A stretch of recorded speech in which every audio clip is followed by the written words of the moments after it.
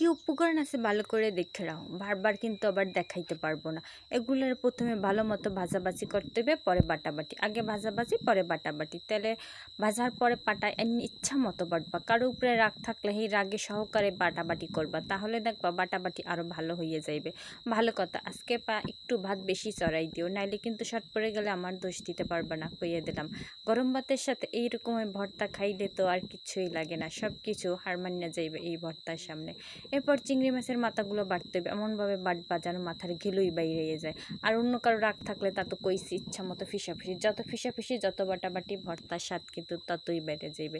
এরপরে এটার আবার একটু মাখামাখি ঝাঁকাঝাঁকি করে আবার বাটাবাটি শুরু করে দেবা। শুরু করার পরে তুমি আবার একটু উঠাইয়ে মুঠাইয়ে মাইকে যাইকে একটু খাইয়ে দেখতে পারো যে ভর্তা কেমন হয়েছে, খাইয়ে দেখো। কি যে ঝাল, অনেক ঝাল হয়েছে।